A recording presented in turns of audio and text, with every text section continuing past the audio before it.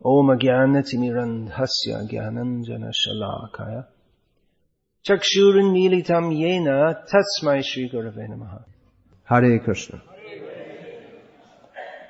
First of all, I must congratulate all the devotees here in constructing this extraordinarily beautiful temple for Sri Sri Radha Nilamadhava.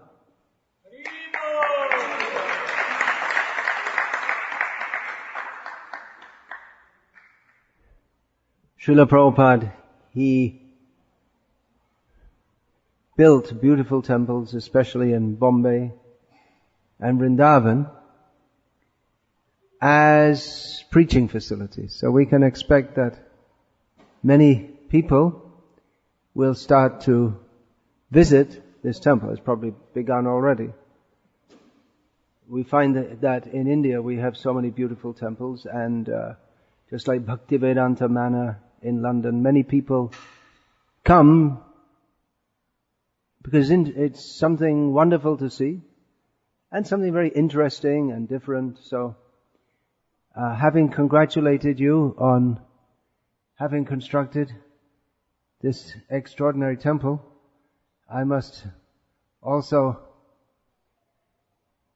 suggest that now it's time to work harder and utilize this facility for preaching Krishna consciousness very widely.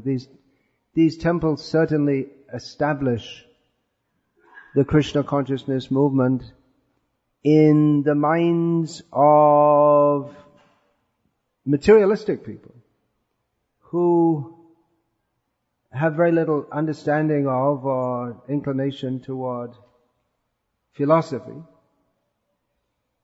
We may note that Srila Prabhupada literally spoke philosophy day and night. He's always speaking philosophy. Those of you who listen to his lectures and conversations will know that. And his books were mostly dictated, so he was literally speaking philosophy day and night. But Srila Prabhupada also built big, beautiful temples, especially in India. It doesn't mean it can't be done outside of India also. Well, for various purposes, but one purpose is that people tend to respect something which is big and opulent, whatever it is. So, of course, Krishna consciousness is not a whatever. It is the one and only what. It is the tat in tattva. Kim tat brahma kim adhyatma. It is, it's the ultimate tattva. But most people don't take anything very seriously unless it has some outside or immediately perceivable opulence. Srila Bhaktisiddhanta Saraswati Thakur referred to morphology and ontology. Those of you who have studied biology know the word morphology, and those of you who have studied philosophy understand the word ontology. So morphology, morpha, literally refers to the body, or the external appearance. So Bhaktisiddhanta Saraswati Thakur said that temples and a big organization, that is to attract people and present in their minds that this is something important. And then what is important is the ontology, the understanding. So of course there are many beautiful temples, magnificent temples in India prior to the construction of ISKCON's temples there. But the specialty of ISKCON temples should be the presenting of spiritual knowledge by which people can become free from birth and death and blissful in bhakti yoga, in establishing their relationship with Krishna. in this regard, I will just relate an anecdote that was related to me by a person who visiting Sri Rangam. To all of you, mostly North Indians. I think those of you who are from South India, especially Tamil Nadu, will know Sri Rangam. That's the biggest temple complex in India, and an ancient temple of Sri Ranganatha Swami, Vishnu temple. So one person told me that he was interested to purchase some books on the philosophy of the Sri Sampradaya, that is the Sampradaya coming through Sri Ramanuja. He is the most prominent Acharya.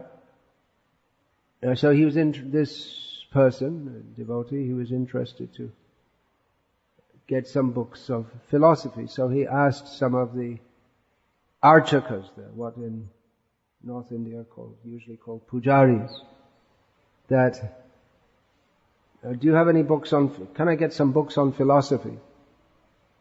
And the reply came to him that you go to the ISKCON center.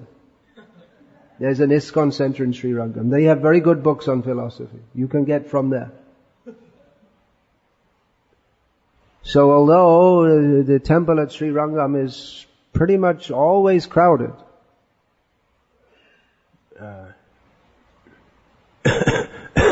and if you stand in the free darshan line, it'll generally take you at least an hour to have darshan. But people are coming as a formality, and the priests do not teach. They don't perceive it as their duty to teach others. Just people come, they take darshan, they don't know who they're taking darshan, they don't have a clear idea of who they're taking darshan of. And then they go away. And take prasadam. Here in the West there's a bigger challenge because in Christianity, which is of course the predominant religious mode in this part of the world, and especially Protestant Christianity,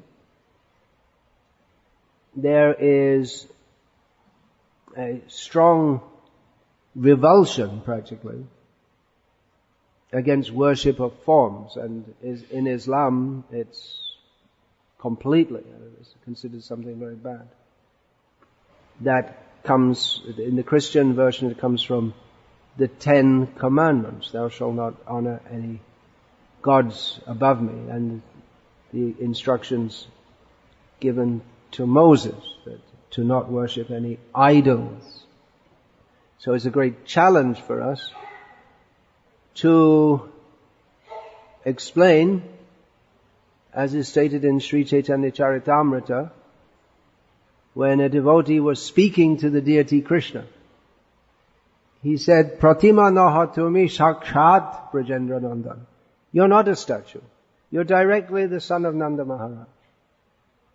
You may be aware of the narration, Sakshi Gopal, the Gopal deity who was in Vrindavan, who is now in a village called Shaki Gopal near Puri.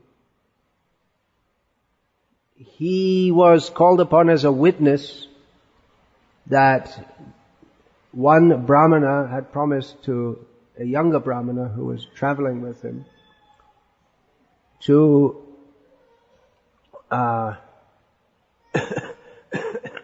bear witness, because the older Brahmana wanted to offer his daughter in marriage to the younger Brahmana.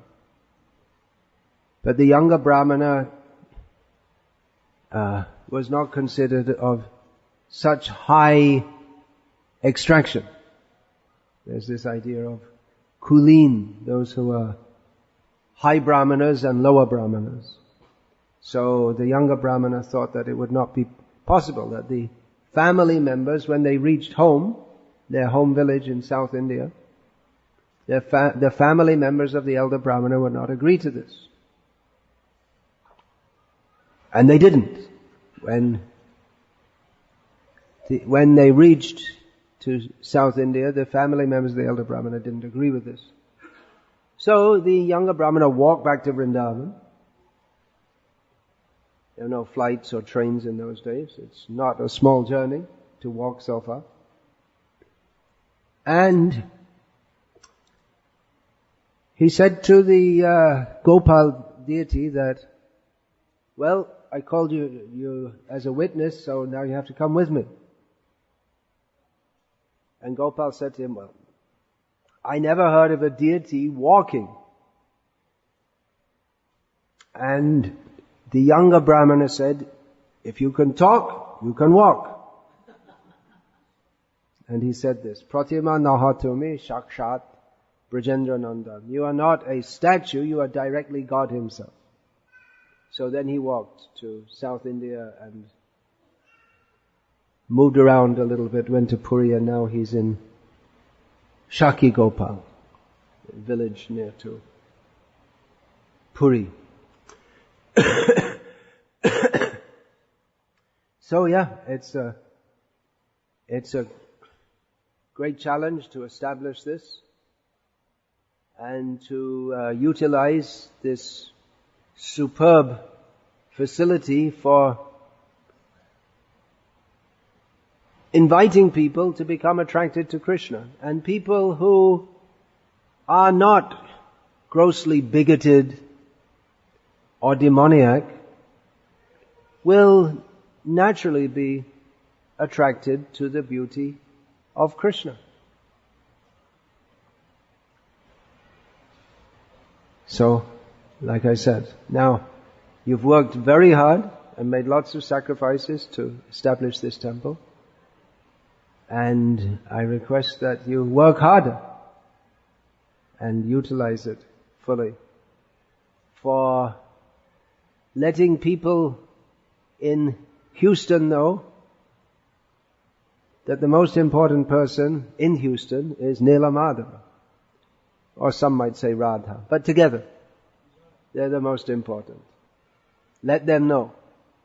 There may be I'm not sure, you have the sheriff and the mayor and all this kind of thing, but these come and go. But Krishna is always the Supreme Lord. So, the next point I must make is to apologize to you that in this short visit to Houston, I haven't participated in any programs up until now. I came here to do some service, but I haven't been doing so due to sickness. Everyone has to face sickness. Janma mrityu jara vyadhi dukkha doshanudarshanam. An item of actual knowledge is to see that everyone has to continually suffer various miseries, among which are prominent birth, death, old age and disease. According to Ayurveda, disease of the body is caused by an imbalance of what has been translated in English as the humors or dosha. That's Vayu dosha, Pitta dosha, Kapha dosha. So that's in Ayurveda, that's Shastra, so that must be correct. But there are deeper levels also. We understand that Purusha sukha dukhanam bhuktritvehi turuchyate, as Lord Krishna says in Bhagavad Gita, that everyone in this material world experiences material happiness and material suffering, and the cause of that is our very selves. In other words, people who perform pious activities, they tend to have very robust bodies and good looks and wealth and prestige due to birth. And people who are impious, they tend to be sickly, poverty-stricken. They may have to suffer legal cases. That would cover pretty much everyone in North India. Any respectable person in UP's he's involved in at least one case, if not several, dragging on throughout their whole life. So we are the cause of our own supposed happiness and distress in this material world. And ultimately, Krishna is Sarva Karana Karanam. He is the ultimate cause. So a devotee who is an actual devotee, he thinks that any distress that I have to undergo, that is Krishna's mercy on me. Persons who have a misunderstanding of the nature of the Supreme Lord and His relationship with the jivas, they think that the duty of God is to make everyone happy in this world. Some years ago in The Week, an Indian weekly magazine, there was an article about belief in God. And they asked various people, do you believe in God? And one of the persons asked was Ram Jetmalan, who I think those of you from India have heard his name. Prominent lawyer, politician, and so on. And he said that, well, I used to believe in God, but then when I went to Bhuj, just after the earthquake there, I saw so much suffering of innocent children. And then I concluded there can't be any God. With all due respect to Ram, this Ram, we're not talking about the Supreme Lord Ram here. It's a foolish conclusion, which reveals ignorance of the nature of God and of the nature of ourselves and of our position in this material world. Rather, Krishna says, Purusha Sukha Dukkanam Bhoktridve Hetu Ruchase. Man is the architect of his own destiny.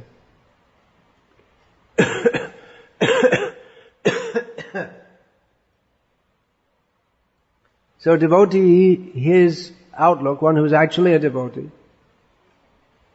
thinks that whatever happens is Krishna's mercy. If someone gives him $1 million, he doesn't become very elated. In Gita, Krishna says,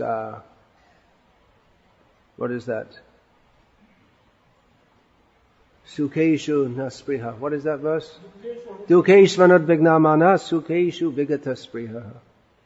A self-realized person is not disturbed when there is distress and not elated when there is happiness. If someone gives him $1 million, he'll utilize it all in the service of Krishna and will go on with life as previously. He doesn't think, now I can enjoy myself and buy lots of things for myself. And in distress, he thinks, in bodily distress or any other kind of distress. Actually, worse than bodily distress is mental distress, emotional distress. As is stated in Mahabharata, that the arrows of an enemy cannot hurt a person as much as the harsh words of a loved one. So a devotee sees all of this as Krishna's mercy. He thinks Krishna is sending distress so that I can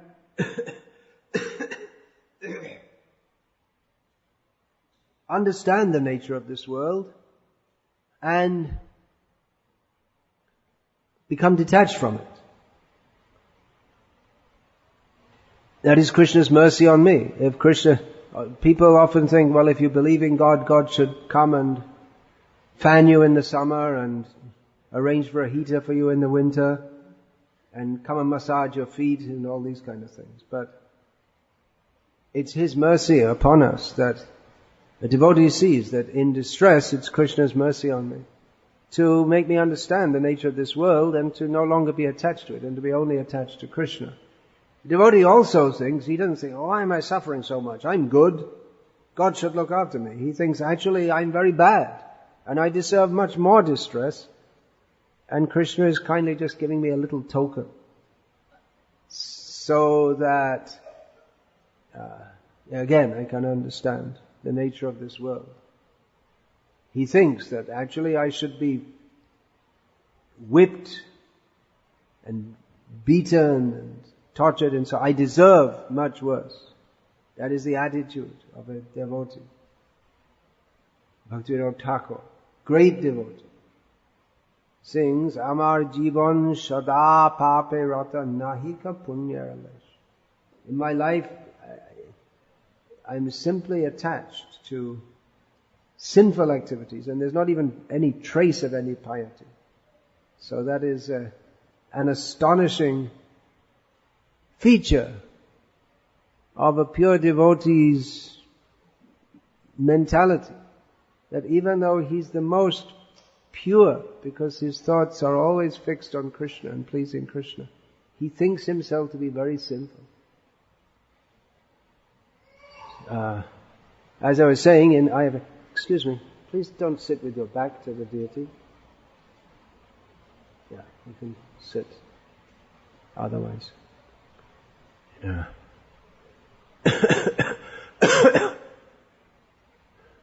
So I was speaking in Ayurveda, imbalance of the humors is the cause of disease. And in Krishna consciousness, there always has to be balance also. Often devotees ask me, what is the proper balance between our material duties and our spiritual duties? And my reply is, well, the best balance is 100% spiritual and nothing material. That's what Krishna says. Sarvadhamam parityaja mamekam sharanam vraja. That means that we should be fully absorbed in Krishna. It doesn't mean that we don't do anything material. We can't, we can't avoid interacting with this material world as long as we're in it.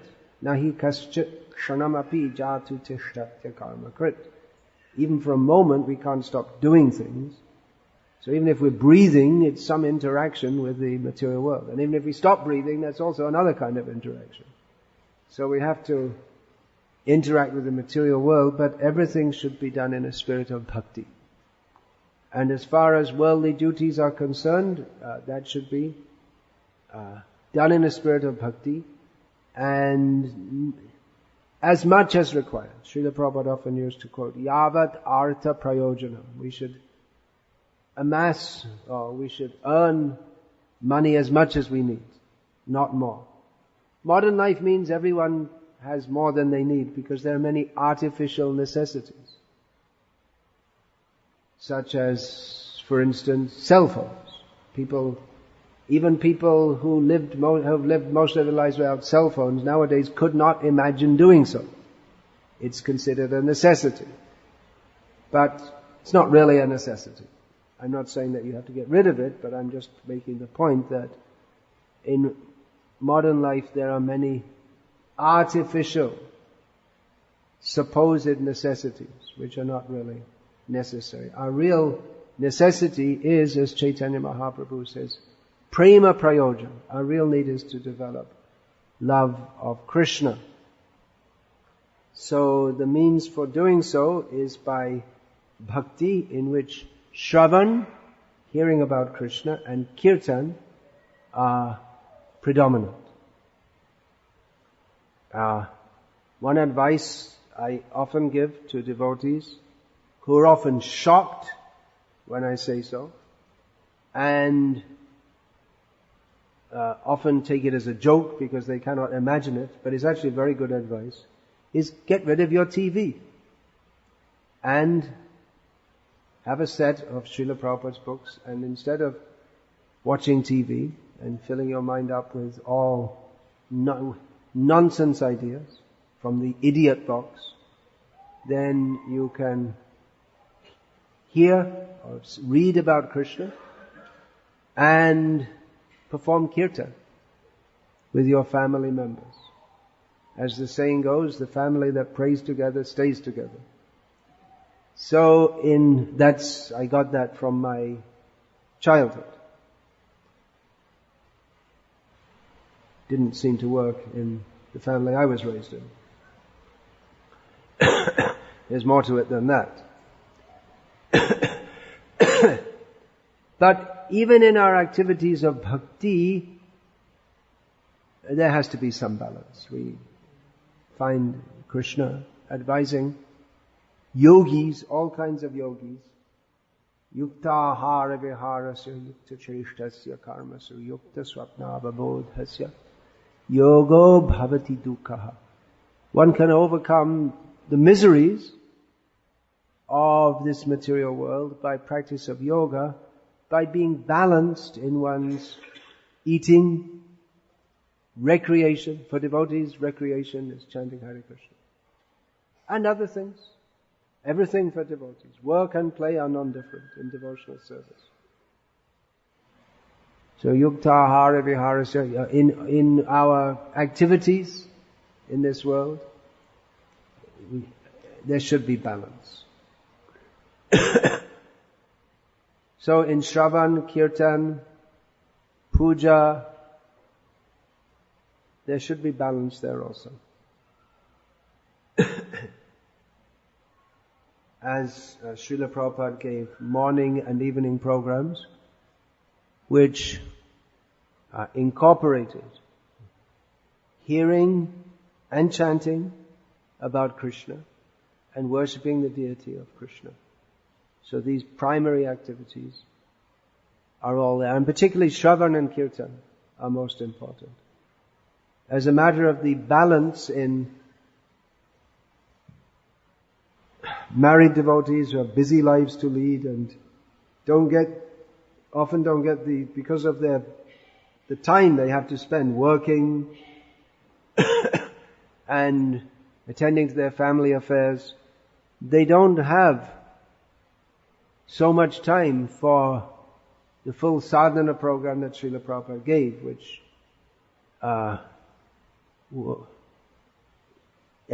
was meant to be every morning 4 to 5 hours, starting from 4:30 in the morning. But most householders nowadays, even those who are serious practitioners, they just can't find that much time in between getting the kids off to school and getting themselves out to work.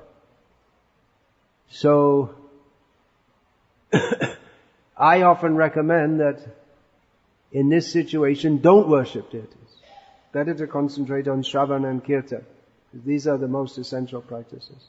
It's more important to chant 16 good rounds and hear or read than to worship deities. I'm not saying worshipping deities is bad by any means, not at all. But hearing and chanting are the central activities. And even in hearing and chanting, we should keep a balance. Inasmuch as, both should be there. Increasingly we see that many devotees, they have more predilection for kirtan, which is very good. There are kirtan melas in which devotees chant non-stop for several days, but we find that Srila Prabhupada's program was Shravan and Kirtan. We should hear, and also the Shravan that Srila Prabhupada gave us by his Kirtan of speaking on Gita and Bhagavatam and other Shastras. That was also very philosophical. Otherwise, if we don't understand properly who Krishna is, then by chanting His names we may not get much benefit, even after many lifetimes. Bahu janma kare jadi shravan kirtan tabuto na pai Krishna pade premadham. We may perform shravan and kirtan for many lives and not get the result of Krishna prema, if there are offenses. And there are many common misconceptions. We all have many, many misconceptions and material attachments which impede our advancement in Krishna consciousness. Therefore it's important to regularly hear the delineation of the philosophy of Gita and Bhagavatam as explained by the pure devotees in the Parampara. Hearing in a more or less entertaining manner in which everyone is very pleased by hearing many stories and jokes, well that can be one kind of hearing about Krishna, but that was not the kind of Shravan that Srila Prabhupada introduced us to. His lectures were typically very grave because he was speaking on very grave topics. Krishna consciousness, it's a very serious matter. So, we can't really say too much predilection for kirtan, but we can say that persons who appear to be very attached to kirtan, but who are not much inclined to hear the message of Gita and Bhagavatam in the manner that Srila Prabhupada distributed it, we can understand that their tendency toward kirtan is not fully on the spiritual platform. It may be the religious or sentimental or whatever platform. But unless there's Vasudeva Katha Ruchi, not only Krishna Nam Ruchi, not only taste for hearing about the holy name of Krishna, but also taste for hearing topics of Krishna, then our devotional service is not perfect and complete. And Vasudeva Katha, we find of course in Gita and in expanded form in Srimad Bhagavatam. Oh, I'm over time.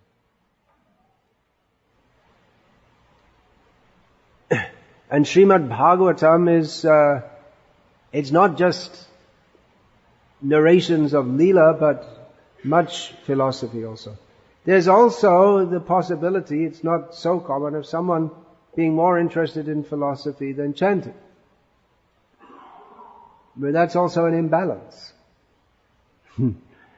The whole message of the Bhagavatam, in fact the last verse of the Bhagavatam, enjoins us to chant the names of Krishna. And that is particularly the process for this Kali Yuga.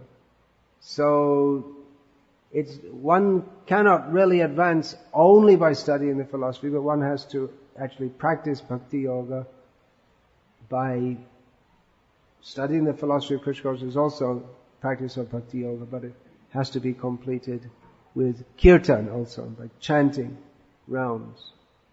So, unfortunately, I don't have so much time here, so I'll finish, and if there are any questions, then please put them.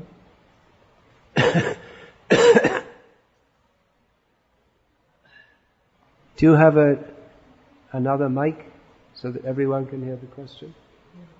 No.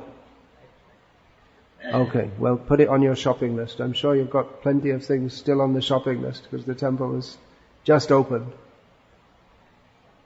Please. In spite of the fact coming to the temple, chanting, hearing, and trying to understand the philosophy, but there is a time,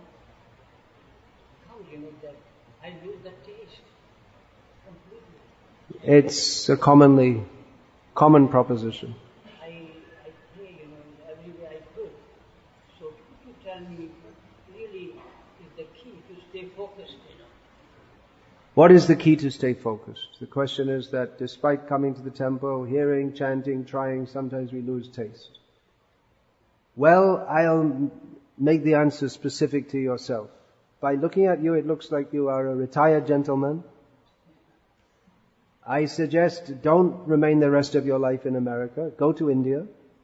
Go to Mayapur or Vrindavan and remain in the spiritual atmosphere there until you quit this body.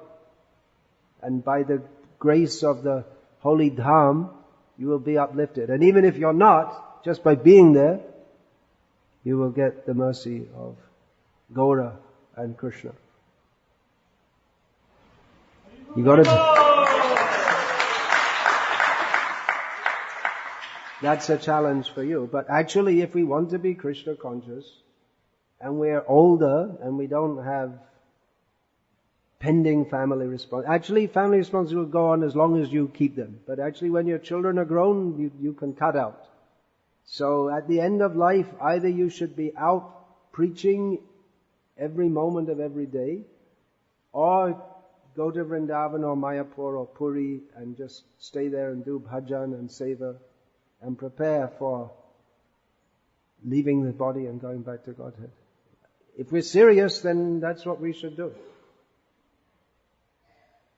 So maybe the lack of taste that you feel, you can take it as Krishna's prodding you to make some major step.